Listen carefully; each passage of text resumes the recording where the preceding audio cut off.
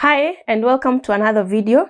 In today's video, I want to speak about how to follow up after an interview. Well, there are many reasons that may lead you to follow up after a job interview. One of the reasons being, especially when you're promised that you'll be given feedback, let's say after 1 week or after 2 weeks, then you don't get feedback after then you can be prompted to follow up just to check on the feedback. Another reason you'll want to follow up is to reaffirm the value that you'll add to the organization. Then another reason you can want to follow up after a job interview is, let's say when you're interviewing for more than one job, you may want to follow up just in case, maybe if you're successful, or rather if you're not successful, so that by the time you're accepting another offer, you're already aware of the feedback. And the last reason for this video that you may want to follow up after job interview is just to appreciate the panel for giving you the chance to go through the interview. So let's get into this video. I'm just going to give you step-by-step guide on how you can follow up effectively and of course not annoy the panel, because I find most people fear following up after job interview for fear of appearing annoying, or rather appearing too much after job interview.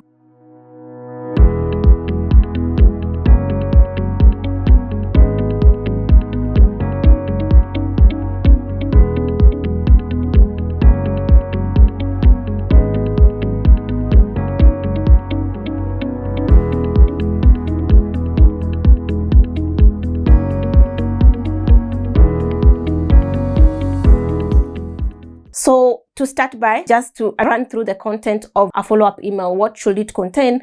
At what time should you follow up? And of course, then after the follow-up, what do you need to do? So for instance, there are two types of follow-up. You can follow up immediately after a job interview just to thank the panel for giving you the chance to interview with them. And another type of an interview follow-up is when you follow up when the time that they promise they will give you feedback has already elapsed. So of course now you're following up because if they told you they'll give you feedback and it has already elapsed, so it is just polite to follow up just to check the status of the interview, whether you are successful or not. So when you're following up, for instance, immediately after, let's say you interview today and you want to follow up tomorrow. So when you're following up, that is just to appreciate the panel or to say thank you for getting the chance to be interviewed. You just need to be brief and thank the panel, then of course tell them you're available should they need any more information. So the one I want to talk about today is when you're following up, especially when the timeline that you promised has elapsed. Now, before we get into how you can compose this email, I just want to highlight the most important things to bear in mind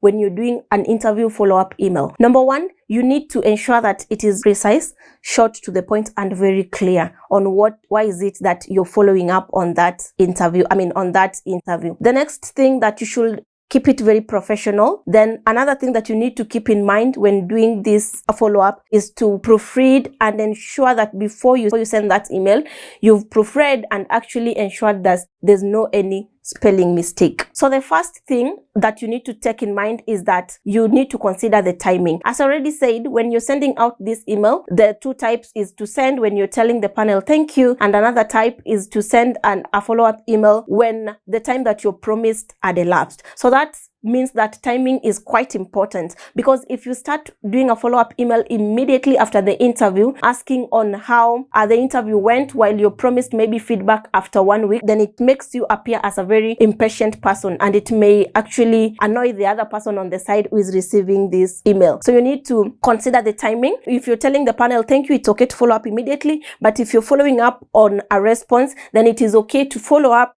after the lapse of the timeline that you were promised in the panel. So let's get to the body. How should this email look like? What exactly does it need to contain? The most important thing again is how again do you need to communicate it? So how you need to communicate it is, let's say for instance, if previously you were communicating with the recruiter or the hiring manager via phone, you can actually just make a phone call through that same line. And if you're communicating previously on email, it is always better that you do a follow-up on the last email, on the last communication that you had with the recruiter. So then it is very easy for them just to follow through and quickly understand maybe the context of your email, because we don't want to assume that it's maybe only you whom they are communicating with for that one role. So on the way to communicate it is just to ensure that you're using the same channel that you're using with them for communication previously. Then now on the body, we have the most important is on the subject line. So on the subject line, so that even before someone opens that email, or even before that recruiter opens opens that email, they already know what it is that you're inquiring or what it is that you're talking about. So the subject line should, number one,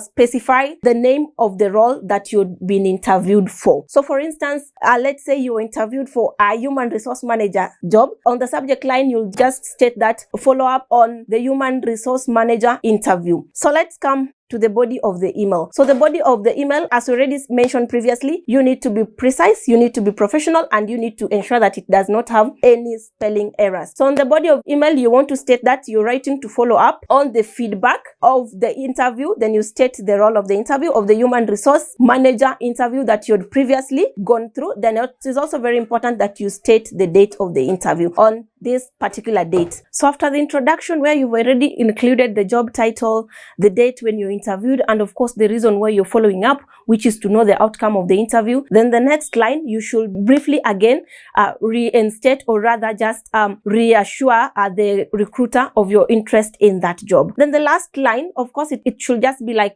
3 paragraphs, or rather 3 lines. The last line, you need to just inform the recruiter that you're available for further clarification, or you're available should they have any further inquiries. Then lastly, you need to just ensure that after composing that email, before you send it, just read through, proofread to ensure that there is no any spelling mistakes. Then you send the email. Then lastly, what you need to again do is, what if this email, or rather you don't get the response? So I usually see people sending follow-up emails even more than once. So if you don't get the response, is it good to follow up, or do you leave it at that point? So if you don't get the response after the first follow-up, please do not send another follow-up. So what this means is either the recruiter decided to move on with another candidate, or maybe internally they've decided that they're not hiring for that role. And again, if you keep up, or if you do so many follow-ups, it may turn out as either you're being unprofessional or you're bothering the recruiters. I hope this content was relatable and helped someone. Thank you so much for watching. If you've not subscribed, please